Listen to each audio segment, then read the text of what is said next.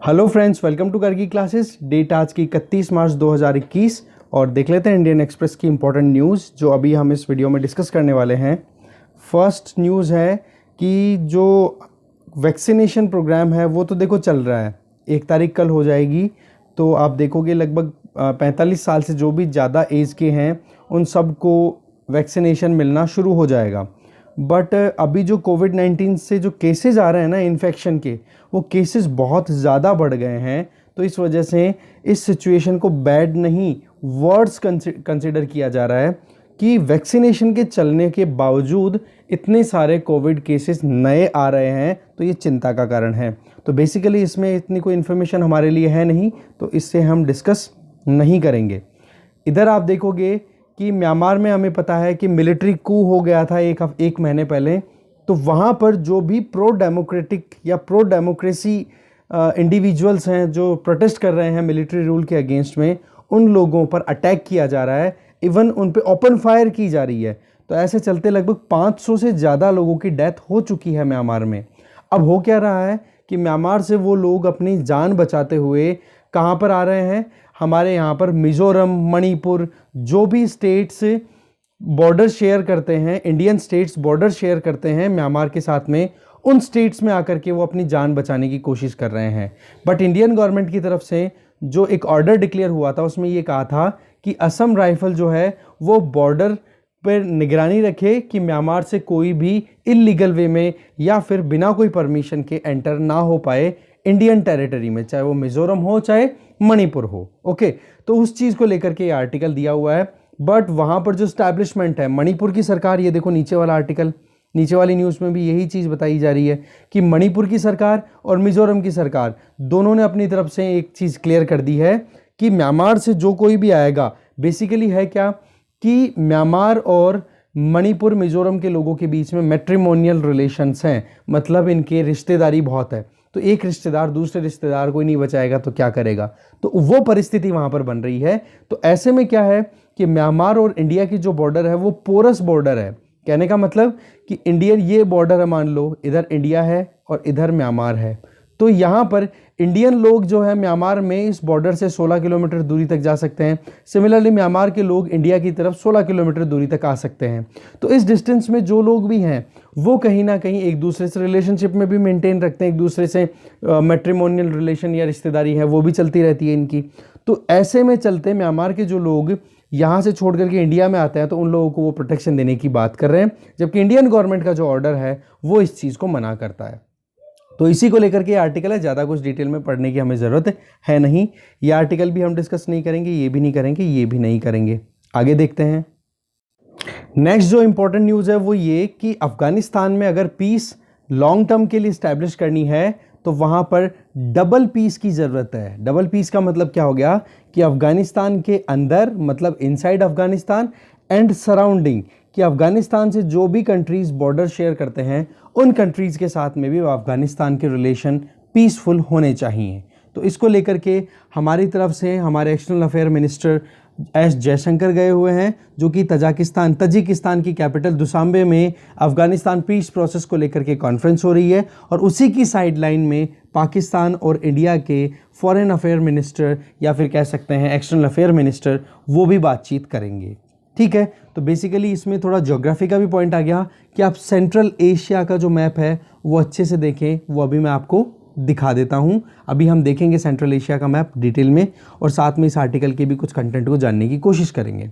साथ में इधर देखोगे ये दूसरी न्यूज़ है, इसमें ये बताया जा रहा है कि सेंट्रल गवर्नमेंट अपनी तरफ से जो भी फूड सिक्योरिटी एक्ट है ना अभी 2013 का, उसके कवरेज को रिड्यूस करना चाहती है, और वो कवरेज किस रेशो से रिड्यूस करेगी वो देखेंगे। और साथ में इसके लिए क्या ज़रूरत है, house note, that means Lok Sabha और राज्यसभा के अप्रूवल की ज़रूरत पड़ेगी यहाँ पर। ठीक है, तो ये आर्टिकल भी हम देखेंगे। इसमें बताया जा रहा है कि नीति आयोग का एक कंसल्टेशन डॉक्यूमेंट अभी सबमिट हुआ है गवर्नमेंट के पास में, और उसी डॉक्यूमेंट के रिकमेंडेशन के बेसिस पे ये कदम उठाने की बात की जा रही है। ये भी डिस्कस नहीं करेंगे, ये भी डिस्कस नहीं करेंगे। आगे चलते हैं। वर्ल्ड पेज पे एक छोटी सी इंफॉर्मेशन है, दैट इज कि वर्ल्ड लीडर्स अब एक ट्रीटी पर जा रहे हैं कि कैसे भी करके फ्यूचर पेंडेमिक को कैसे रोका जाए। क्योंकि आज चाइना ने शुरुआत में सही कड़े कदम नहीं उठाए तो उसका नतीजा क्या हुआ, पूरा विश्व इस महामारी कोविड-19 के शिकार में चंगुल में फंस गया और पूरा विश्व कहीं ना कहीं इस महामारी की जो भी कॉन्सिक्वेंसेज उनका सामना कर रहा है। तो World Health Organization, European Union और 2 दर्जन से भी ज़्यादा दूसरे कंट्रीज़ मिलकर के इस रेजोल्यूशन पे काम करने की बात कर रहे हैं कि कैसे भी करके कोविड-19 जैसी बीमारी अगर फ्यूचर में आती है तो हमारे पास में कम्बैट प्लान होना चाहिए, हमारे पास में रेस्क्यू प्लान होना चाहिए। तो उसी को लेकर के आर्टिकल है। तो ज़्यादा कुछ डिटेल में तो इसमें आया नहीं है, बाकी जो मेन थीम थी वो हमने देख ली, तो आर्टिकल को हम फिर से रिपीट नहीं करेंगे। बाकी वर्ल्ड वाले पे कोई भी इतना कुछ इंपॉर्टेंट न्यूज़ है नहीं। यहाँ पर आप देख सकते हो पेनफुल प्रोजेक्ट, फ्रांस में एक म्यूजियम बनाने की बात की जा रही है जो कि टेररिज्म की वजह से जो बर्बादी हुई है फ्रांस में उसको शो करेगा। बेसिकली 14 जुलाई 2016 को फ्रांस की एक सिटी है नीस, या नाइस भी पढ़ सकते हो इसको, यहाँ पर एक लोन वॉल्फ अटैक हुआ था। उसमें क्या था, मैं मतलब यूँ मानो कि मैंने प्रिपरेशन शुरू की थी उस टाइम पे पढ़ाई ये जो कंपटीशन की, तो उस टाइम पर वो लोन वॉल्फ अटैक इस तरीके से हुआ था कि उस बंदे ने एक लोन वॉल्फ बेसिकली कौन से होते हैं, जो कि कुछ आइडियोलॉजी से इन्फ्लुएंस लोग होते हैं जो कि बहुत दूर बैठे रहते हैं। मान लो कि ISIS का उस टाइम पे राइज हो रहा था, ठीक है, 2014 का टाइम था, पीक पे था ISIS। तो इससे इन्फ्लुएंस होकर के जो लोग यूरोप में बैठे थे वो लोग इस आइडियोलॉजी को प्रमोट करने के लिए उन्होंने क्या किया, कुछ ऐसे अपने तरीके अपनाए जिससे कि इनका कोई अलायंस तो था नहीं पर एक टेररिज्म का माहौल बना दिया। तो उसमें क्या किया था, उस बंदे ने एक ट्रक को वहाँ से पिक किया और उसके बाद में जो एक क्राउड एरिया था उसमें पूरी भीड़ पर से रौंदते हुए निकल गया था वो ट्रक, ठीक है। तो ऐसे में बहुत जनों की डेथ हुई थी। ऐसे में आप देखोगे यूरोपियन कंट्रीज़ में पिछले 10 सालों में 50 से ज़्यादा अटैक हुए हैं, टेररिस्ट अटैक, और 300 से ज़्यादा लोगों की डेथ हो चुकी है। तो इसी चीज़ को ध्यान में रखते हुए, मतलब फ्रांस इकलौता ऐसा कंट्री है जो कि टेररिज्म का शिकार बहुत बार हो चुका है पिछले 1 दशक की अगर बात की जाए तो, ठीक है। तो इसी चीज़ को ध्यान में रख के ये म्यूज़ियम बनाया जा रहा है फ्रांस में। ओके, तो फिर से हम इस आर्टिकल पे आएंगे नहीं, मेन बात हमने डिस्कस कर ली, आगे चलते हैं। एक्सप्लेन पेज पे हम देखेंगे एक तो ये माइनॉरिटी शेयर होल्डर्स क्या होते हैं, इनके अधिकार क्या हैं, और सुप्रीम कोर्ट ने अपने वर्डिक्ट में क्या कहा टाटा सन्स और साइरस मिस्त्री केस में, ठीक है। और दूसरा हम देखेंगे ये रिकरिंग पेमेंट्स क्या होते हैं और क्रेडिट कार्ड के लिए क्या अपडेट आया है, थोड़ा सा जानने की कोशिश करेंगे इस आर्टिकल को भी। इसके अलावा आगे चलें तो इकोनॉमी पेज पे हमारे लिए कुछ भी इंपॉर्टेंट नहीं है आज। इधर देखो जो मोबीक्विक जो वॉलेट है उसका डेटा लीक होने की बात हुई है, तो मोबीक्विक ने कहा कि हम थर्ड पार्टी से इसकी ऑडिट करवाएंगे, फॉरेंसिक ऑडिट करवाएंगे कि कितना डेटा चोरी हुआ है, क्या रिस्क है, वो सारी चीज़ें। तो इसमें केवल साइबर सिक्योरिटी को लेकर के कभी बात लिखनी हो आपको तो मोबीक्विक डेटा लीक ये वाला एग्जाम्पल आप दे सकते हो। बाकी कुछ इतना इंपॉर्टेंट है नहीं जो हम डिस्कस करें, तो इसको अवॉइड करेंगे। सेंसेक्स में सर्च देखने को मिल रहा है कि बोलो कोविड-19 केसेस तो हो रहे हैं पर साथ में वैक्सीनेशन भी तो बढ़ रहा है, तो रिकवरी के चांसेस दिखाई दे रहे हैं, डिस्कस नहीं करेंगे। DGCA के जो अपने खुद के नॉर्म्स है वो प्रोटोकॉल्स देखे जाएंगे कि हाँ जो प्लेन्स की फ़्लाइट जो ले रहे हैं लोग, बाई एयर ट्रैवल कर रहे हैं, वो लोग कितने प्रोटोकॉल्स को फॉलो कर रहे हैं उसके बारे में है, कुछ काम का नहीं है। इसके अलावा जो साइरस मिस्त्री का जो केस हम इसमें एक्सप्लेन पेज पे डिटेल में देख ही लेंगे, तो यहाँ पर नहीं देखेंगे। सिमिलरली ये वाला जो डेबिट करने का पैसा क्रेडिट कार्ड का या फिर रिकरिंग जो भी पेमेंट्स होते हैं उसको लेकर के भी हम एक्सप्लेन पेज पे डिस्कस करेंगे, तो ये भी नहीं देखेंगे। बाकी और कुछ भी काम का नहीं है, आप देखना चाहो तो खुद से देख लेना। अब एक एक आर्टिकल को डिटेल में देखते हैं जो इंपॉर्टेंट है। फर्स्ट न्यूज़ है नीड डबल पीस, जिसमें इनसाइड और अराउंड अफगानिस्तान की बात की जा रही है। तो सबसे पहले हम मैप देख लेते हैं जिससे हमें अच्छे से आइडिया लग जाएगा। यहाँ पर ही आपके सामने मैप है सेंट्रल एशिया का, जिसमें इंपॉर्टेंट कंट्रीज़ आप देखोगे कजाकिस्तान, यहाँ पे ये रशिया है ऊपर, ठीक है, इधर ये मंगोलिया है, फिर कजाकिस्तान के नीचे ये उज़्बेकिस्तान, उज़्बेकिस्तान के इधर किर्गिज़स्तान, ये तजिकिस्तान, ये तुर्कमेनिस्तान, इसको सेंट्रल एशिया बोलते हैं। और ये वाला हो गया अफगानिस्तान, और ये हमारा इंडिया है ही, ये पाकिस्तान हो गया। तो बेसिकली पॉइंट ये बोला जा रहा है कि अफगानिस्तान में पीस प्रोसेस अगर आप चाहते हो, पीस चाहते हो, तो अफगानिस्तान के सराउंडिंग में भी पीस होनी चाहिए, तो इंटरनल एरियाज में भी पीस का रहना बहुत ज़्यादा ज़रूरी है। ओके, अब चलते हैं फिर से आर्टिकल पे। तो हमारे external affair minister S Jaishankar ji वहाँ पर गए हुए हैं कि एक ड्यूरेबल पीस प्रोसेस की ज़रूरत है अगर अफ़गानिस्तान में, तो अफ़गानिस्तान के अंदर और अफ़गानिस्तान के आसपास में शांति रहना बहुत ज़रूरी है। तो बेसिकली इस्तांबुल में हार्ट ऑफ एशिया की कॉन्फ्रेंस हो रही है, तो आपको थोड़ा सा ही देखना है कि हार्ट ऑफ एशिया कॉन्फ्रेंस किससे एसोसिएटेड है, पूरी डिटेल आप गेन करोगे, राइट। इसके अलावा दुशांबे तजाकिस्तान हमने अभी देख लिया, दुशांबे वहाँ की कैपिटल है, तो वहाँ पर ये मीटिंग हो रही है जहाँ पर अफ़गानिस्तान के लिए पीस की बातचीत की जाएगी। ओके, तो यही चीज़ इसमें रिपीटेडली बताई जा रही है। और चाबार पोर्ट की भी बात की है, ईरान के अंदर चाबार पोर्ट आता है, जो हम देख लेते हैं एक बार फिर से, मैं आपको बताता हूँ। यहाँ पे आप देख सकते हो, ये रहा ईरान। ओके, तो ईरान में यहाँ पर चाबार पोर्ट है, यहाँ पर पाकिस्तान में है ग्वादर पोर्ट। तो चाइना पाकिस्तान इकोनॉमिक कॉरिडोर तो देखो इधर इस यूं पास हो रहा है, और ये चाबार पोर्ट से हमारा जो कनेक्टिविटी है वो अफ़गानिस्तान के लिए जाती है। तो बेसिकली चाबार पोर्ट की डेवलपमेंट की भी बातचीत की गई है कि ईरान में चाबार पोर्ट की डेवलपमेंट को भी हम जल्दी ही एक्सेलरेट करेंगे। और इस डेवलपमेंट के लिए अफ़गानिस्तान में पीस का होना बहुत ज़्यादा ज़रूरी है, शांति से काम करना बहुत ज़्यादा ज़रूरी है। ओके, आगे नेक्स्ट आर्टिकल पे चलते हैं।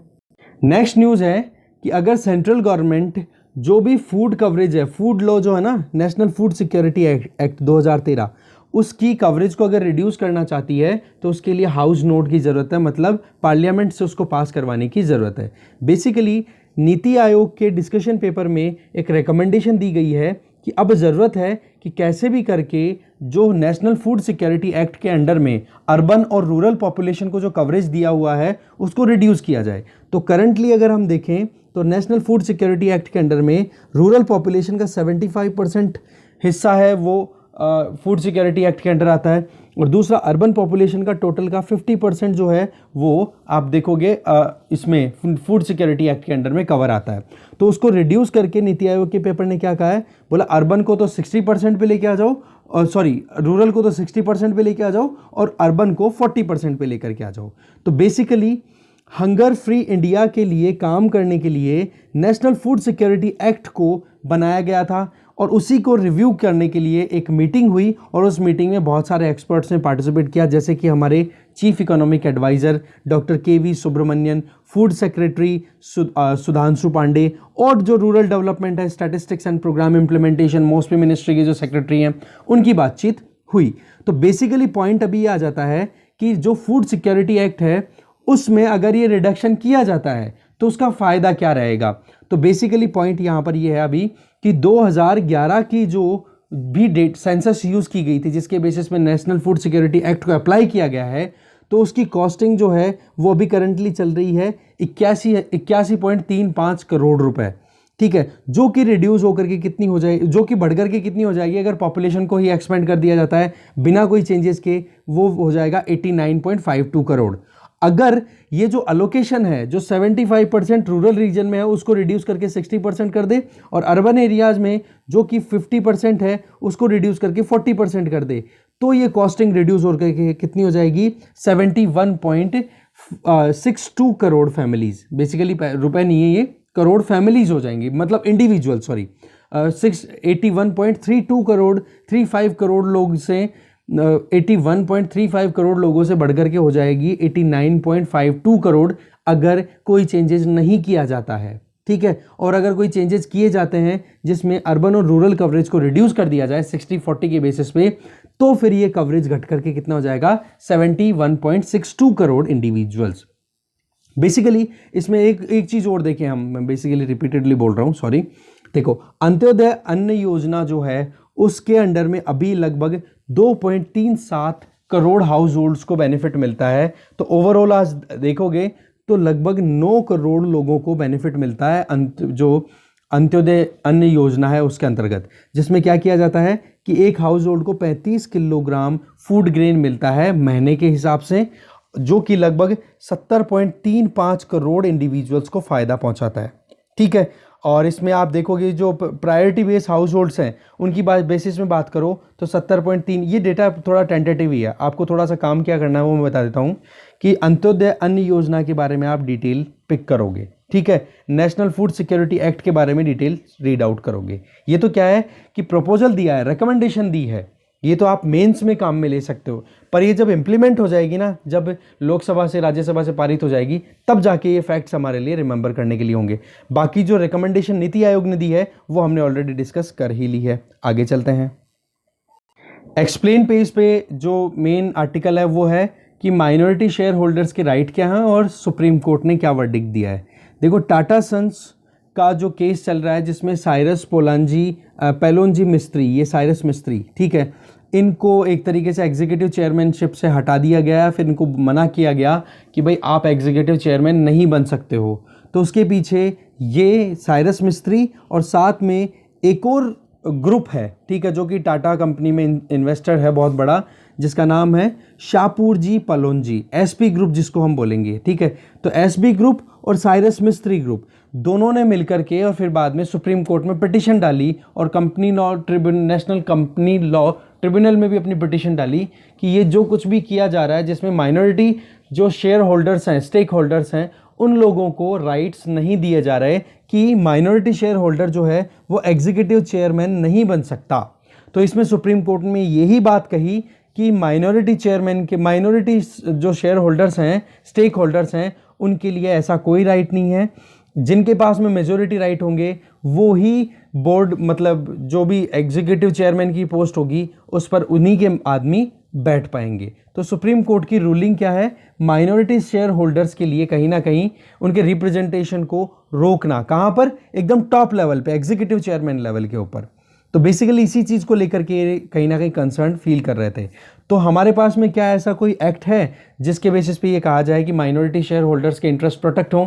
तो बेसिकली हमारे पास में कंपनीज एक्ट 2013 है, जिसमें कंपनीज जो भी ये कॉरपोरेट हाउसेज हैं, इनमें जो स्मॉल शेयर होल्डर्स हैं ना, स्मॉल शेयर होल्डर्स वो हो गए जिनकी इन्वेस्टमेंट 20,000 के लगभग हो, 20,000 रुपए के लगभग हो। बट माइनॉरिटी शेयर होल्डर्स कौन होते हैं? ये बड़े शेयर होल्डर्स होते हैं जिनका इन्वेस्टमेंट मेजॉरिटी शेयर होल्डर के कंपैरिजन में कम होता है। तो सुप्रीम कोर्ट ने अपने वर्डिक्ट में माइनॉरिटी शेयर होल्डर्स के लिए बात कही है, ना कि स्मॉल शेयर होल्डर्स। और कंपनीज एक्ट 2013 है वो स्मॉल शेयर होल्डर की प्रोविजंस की बात करता है। तो बेसिकली सुप्रीम कोर्ट का जो पॉइंट है वो यही है कि भाई देखो, जो भी कंपनी होती है वो एक क्वाजी पार्टनरशिप के बेसिस पे चलती है, कॉन्ट्रैक्ट होता है जिसमें मेजॉरिटी ज़्यादा पैसा किसका है, और वो जो शुरुआत करते हैं कंपनी के, जैसे टाटा सन्स की बात करो, यहाँ पे टाटा कंपनी की अगर बात करें तो वहाँ पर टाटाज की ज़्यादा इन्वेस्टमेंट है, तो वो लोग अपने प्रमोशन के लिए काम करेंगे, उन लोगों का इन्वेस्टमेंट ज़्यादा होगा तो उनकी से भी ज़्यादा होगी।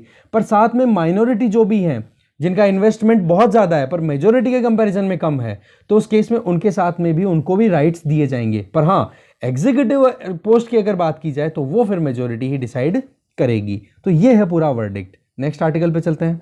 नेक्स्ट जो न्यूज़ है that is about recurring payment. मतलब एक बार आप देखते हो, जैसे अगर आपने कोई यूट्यूब चैनल ज्वाइन कर रखा है ना, ज्वाइन का जो बटन आता है, तो उसमें आप क्या एक्सपीरियंस करते हो कि एक बार ज्वाइन किया और आपने अगर क्रेडिट कार्ड से पेमेंट कर दिया तो वो क्या होता है, हर महीने अपने आप ही बिल पेमेंट शुरू हो जाता है। सिमिलरली अगर आप कोई मोबाइल फ़ोन बिल पे कर रहे हो तो उसमें भी क्या होता है, अपने आप ही वो महीने की जो डेट आती है उस दिन फिर वो अपने आप ही डिडक्ट होना शुरू हो जाता है। तो इसको बोलते हैं रिकरिंग पेमेंट्स। तो अभी क्या है कि क्रेडिट कार्ड के बेसिस पे अगर आपने कोई भी ओवर द टॉप सब्सक्रिप्शन ले रखा है, चाहे एयरटेल हो, नेटफ्लिक्स हो, हॉटस्टार हो, अमेजॉन प्राइम हो, तो वहाँ पर क्या होता है, अपने आप ही पेमेंट कटना शुरू हो जाता है। तो अगर कोई यूज़र है, वो यूज़र अगर ऑप्ट आउट करना चाहता है तो उसके लिए बहुत मुश्किल हो जाता है कि वो ऑटोमेटिक पेमेंट को ख़त्म करना चाह रहा है कि भाई अपने आप मेरे अकाउंट से पैसे ना कटे क्रेडिट कार्ड से। तो उसके लिए आरबीआई की गाइडलाइंस क्या है कि यूज़र से पहले पूछा जाए, मान लो जैसे कि कल 1 तारीख हो रही है और 1 तारीख को पैसे कटने हैं आपकी जो भी सब्सक्रिप्शन है उसके, पर आपको 1 तारीख से पहले, आज 31 मार्च है ना, तो 31 मार्च को कोई मेल या मैसेज आना चाहिए जिससे कि आप अगर उस सब्सक्रिप्शन को कैंसिल भी करना चाहो तो आपके पास में अपना ऑप्शन अवेलेबल हो। तो इसी चीज़ को ध्यान में रख करके 1 अप्रैल मतलब कल से ये शुरुआत हो जाएगी कि रिकरिंग पेमेंट जो भी होंगे उनको पहले अप्रूवल लेना पड़ेगा जो भी यूज़र है उनसे, और वो भी कब, 24 घंटे पहले, जब सब्सक्रिप्शन रिन्यू होगा उसके 24 घंटे पहले।